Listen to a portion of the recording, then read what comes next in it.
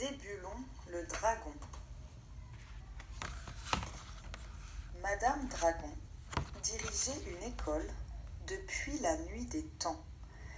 Elle apprenait aux petits dragons ce qu'ils devraient savoir plus tard. Zébulon, le plus gros dragon, était aussi le plus passionné. Il travaillait avec acharnement pour gagner l'étoile dorée.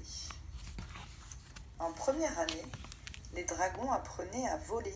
« Plus haut !» criait Madame Dragon. « Plus haut, les enfants ! Maintenant qu'on vous a montré, à vous de vous entraîner, et vous serez champion de vol quand vous serez grand. » Zébulon fut le premier à s'entraîner.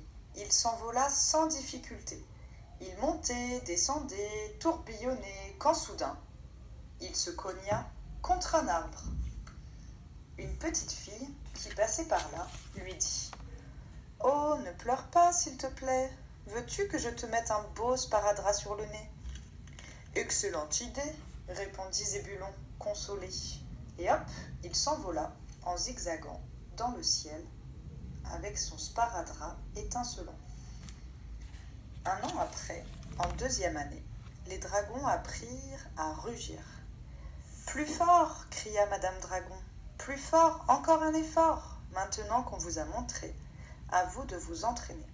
Et vous serez champion de rugissement quand vous serez grand. » Zébulon fut le premier à s'entraîner. Il rugit à plein poumon. Ah ! Il continua des heures durant, recommença tant de fois qu'il se cassa la voix. Alors la petite fille qui passait par là lui dit « Quelle déveine! Veux-tu une pastille à la menthe pour la gorge et la laine ?»« Excellente idée, » répondit Zébulon, rassuré. Et hop, il s'envola en zigzagant dans le ciel bleu et les vapeurs de menthe. Un an après, en troisième année, les dragons apprirent à cracher du feu. « Non !» cria Madame Dragon. « C'est du feu que je veux, pas des flocons blancs. Maintenant qu'on vous a montré, à vous de vous entraîner, et vous cracherez des feux de joie quand vous serez grand. » Zébulon fut le premier à s'entraîner. Il cracha de toutes ses forces. « Victoire !»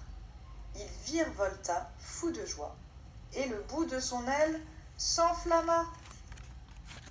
Alors la petite fille qui passait par là lui dit « Viens ici, pauvre petit, veux-tu un bandage pour ton aile roussie ?»« Excellente idée, » répondit Zébulon, presque guéri.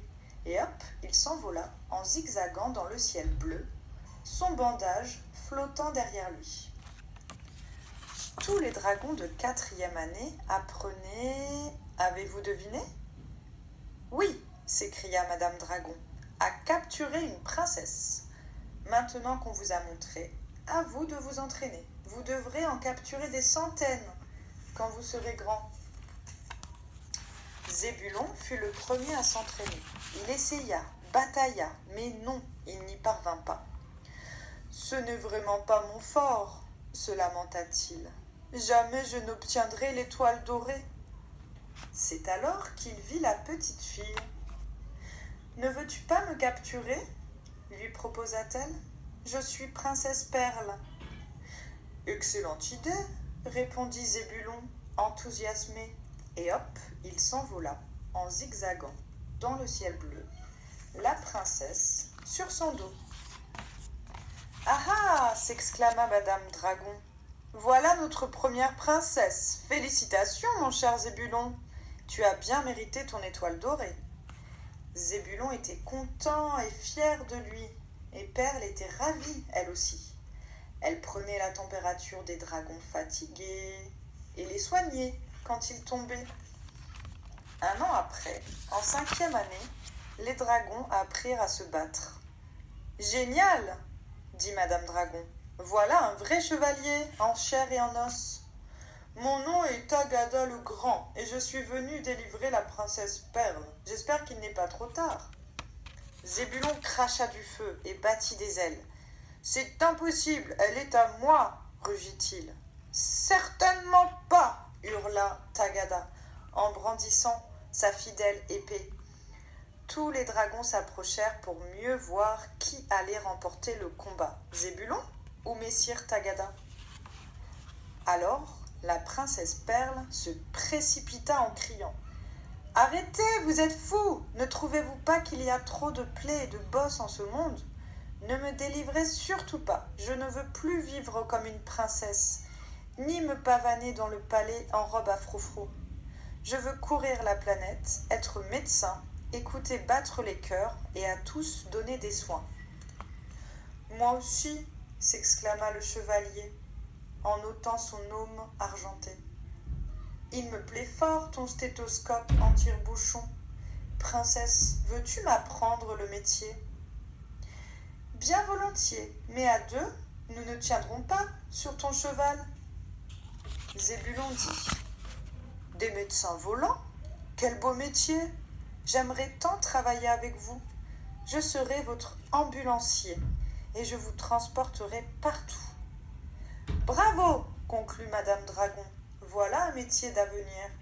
Et tous les grands dragons rugirent de plaisir. Puis Madame Dragon s'adressa au cheval. J'aimerais vous proposer de rester. Vous joueriez avec les petits et mangeriez du foin à volonté. Excellente idée, dit Zébulon. Et hop, il s'élança en zigzagant dans le ciel bleu, emportant sur son dos les deux médecins volants.